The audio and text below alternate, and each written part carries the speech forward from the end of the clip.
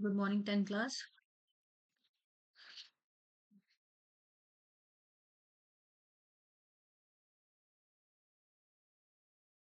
I hope आप सबकी exams की प्रिपरेशन बहुत अच्छी चल रही होगी।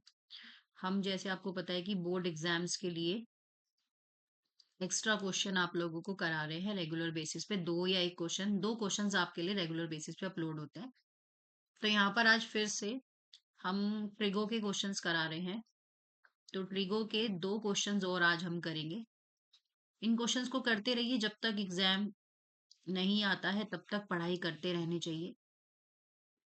तो यहाँ पर हमारा क्वेश्चन है 5 tan थीटा अपॉन में 4,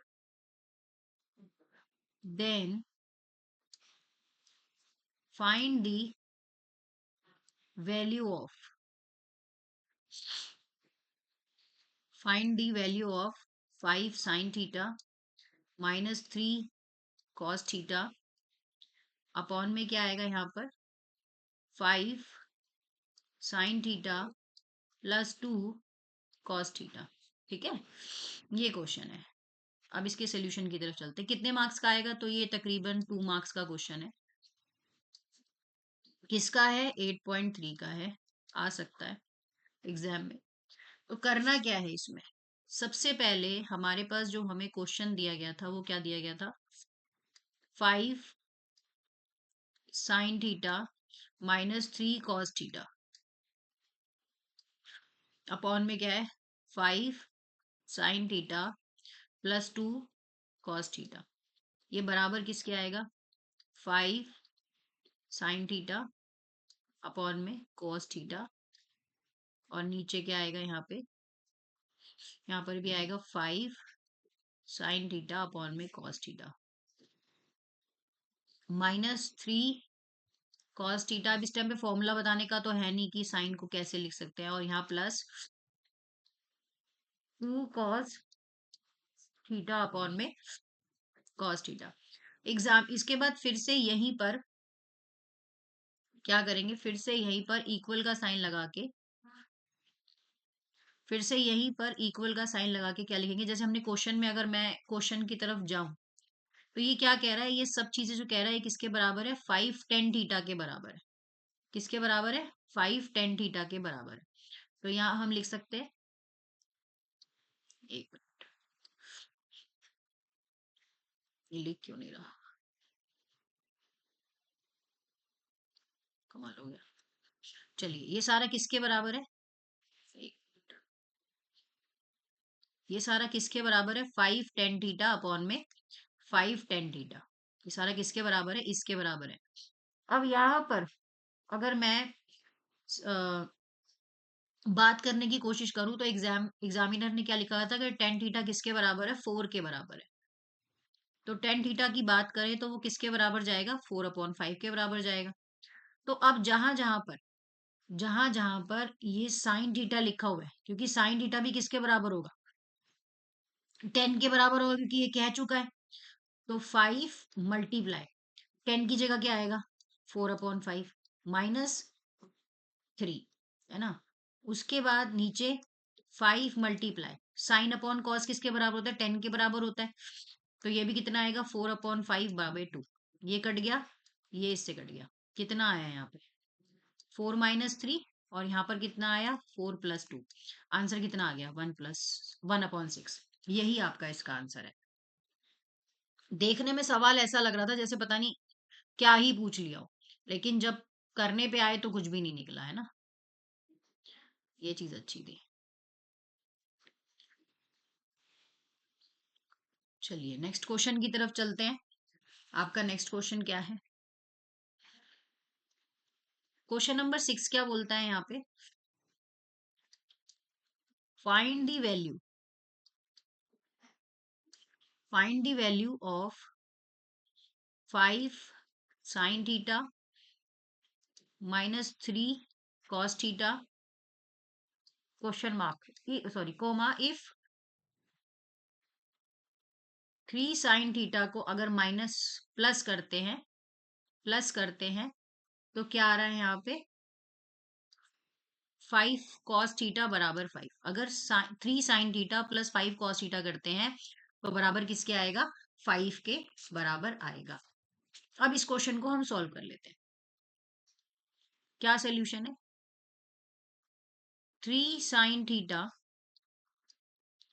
प्लस 5 कॉस थीटा तो बराबर किसके है, 5 के। नंबर 1 इक्वेशन हो गई।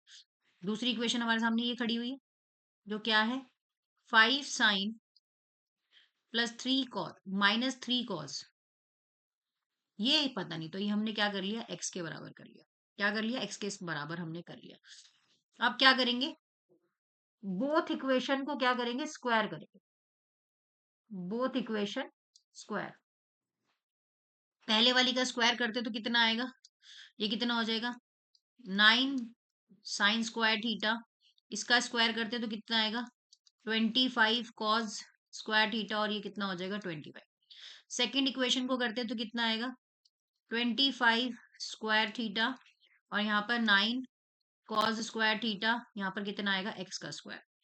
अब उसके बाद क्या करेंगे, ये इक्वेशन हो गई थर्ड और ये इक्वेशन हो गई फोर्थ, ऐड कर देते हैं थर्ड एंड फोर्थ को। थर्ड एंड फोर्थ को साइन में साइन की वैल्यू प्लस करेंगे, कॉमन कितना आएगा, 34 sine square theta, plus plus minus है तो क्या आएगा बीच में, माइनस आएगा, और यहाँ पर भी प्लस करेंगे 25 और 9 को कितना आएगा, 34 कॉस स्क्वायर थीटा, बराबर में कितना आएगा, 25 प्लस एक्स स्क्वायर। ठीक है, पहले इसको प्लस कर दिया, फिर इसको प्लस कर दिया, और फिर इसको प्लस कर दिया, क्योंकि ऐड ही करना है। अब उसके बाद अगर मैं एक रूल याद दिलाऊं तो क्या था, कि sine square theta plus cos square theta किसके बराबर है, 1 के बराबर है। तो 34 तो हम कॉमन ले लेंगे, और 34 के साथ क्या रखेंगे, 1 रखेंगे। यहाँ पर कितना आ गया, 25 बाय एक्स स्क्वायर आ गया। इस तरह से इक्वेशन निकल कर आई। नेक्स्ट स्लाइड पे चल लेते हैं।